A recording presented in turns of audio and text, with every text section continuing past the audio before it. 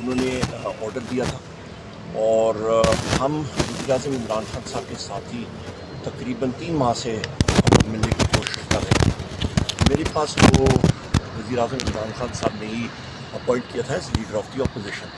یہ constitutional position ہے, آپ کو معلوم ہے ساتھ یہ آئین میں اس کا لکھا ہوا ہے, اور گورنمنٹ اور اپوزیشن کی پوزیشنز پہ مشاورت کے ساتھ وہ پوزیشنز فل کرتی ہیں, جس میں آپ کا چیف الیکشن کمشنر ہو گیا, آپ کا نگران وزیر اعظم ہو گیا, بہت ساری اور پوزیشنز ہیں.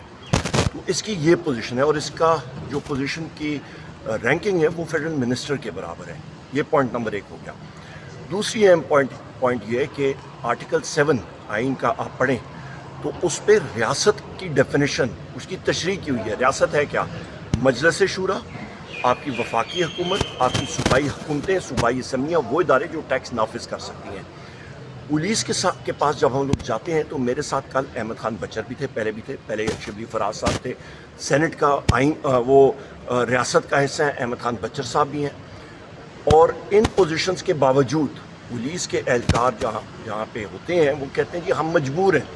جب ہم پوچھتے ہیں آپ کس کے مجبور ہیں, کہتے ہیں جی آپ سمجھدار ہیں. اڈیالہ جیل میں جو کرنل بیٹھا ہوا ہے وہ ہمیں انسٹرکٹ, وہ کہتے ہیں جی وہ نامعلوم لوگ ہیں یہاں پہ.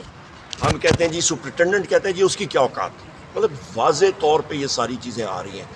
وہاں پہ جو ایجنسیز کا کرنل بیٹھا ہوا ہے وہ ڈکٹیٹ کر رہا ہے. میرا خیال ہے اسٹاف کالج فیل کیا ہوا ہے اس نے, کیونکہ جو حرکات وہ کر رہا ہے یا کسی کے کہنے پہ کر رہا ہے یا خود کر رہا ہے, پر بہت ہی بے وقوفانہ حرکات کر رہا ہے. پہلے ناکہ کل صبح دوپہر کو لگا تھا, میں 12:25 پہ ایگزیکٹ اس پہلے ناکے پہ پہنچا اور وہ میں نے ایویٹ کر دیا, اس پر سیٹ بنایا. دوسرے ناکے پہ انہوں نے مجھے روک لیا, وہاں پہ میں بیٹھ کر تقریباً میں 2.5 گھنٹے ادھر بیٹھا. پھر ہمارے دوسرے ساتھی جو تھے, خان صاحب کی بہنیں ہمشیر اگان, باقی ساتھی زرتاج گل صاحب, ہمارے صاحبزادہ حامد رضا صاحب, احمد بچر صاحب, وہ دوسرے ناکے پہ ان کو روکا ہوا تھا.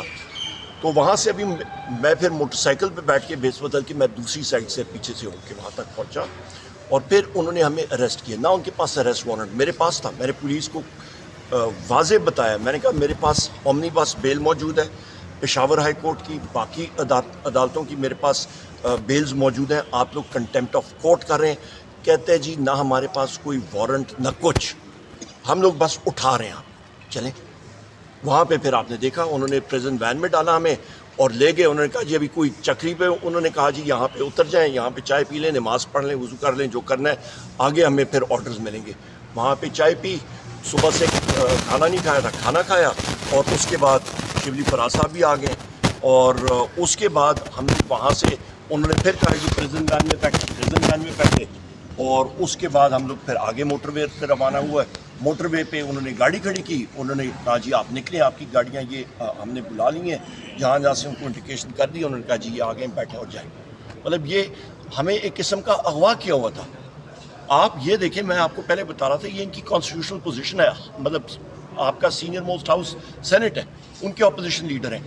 تو یہ حالات اور واقعات جب ملک میں ہوتے ہیں, ہارڈ اسٹیٹ کا مطلب کیا ہے؟ ہارڈ اسٹیٹ آپ کے توسط سے پاکستان کے خواتین حضرات کو بتاتا ہوں, ہارڈ اسٹیٹ ہوتا ہے جو آئین اور قانون کے مطابق چلتا ہے, جہاں پہ رول آف لا پہ ہوتا ہے. سوویت یونین سے بڑا ایٹمی طاقت دنیا میں نہیں تھی. اس کی ایک انٹر کانٹیننٹل بیلسٹک میسائل جس کو کہتے ہیں, اس کی 16,500 کلومیٹر رینج تھی.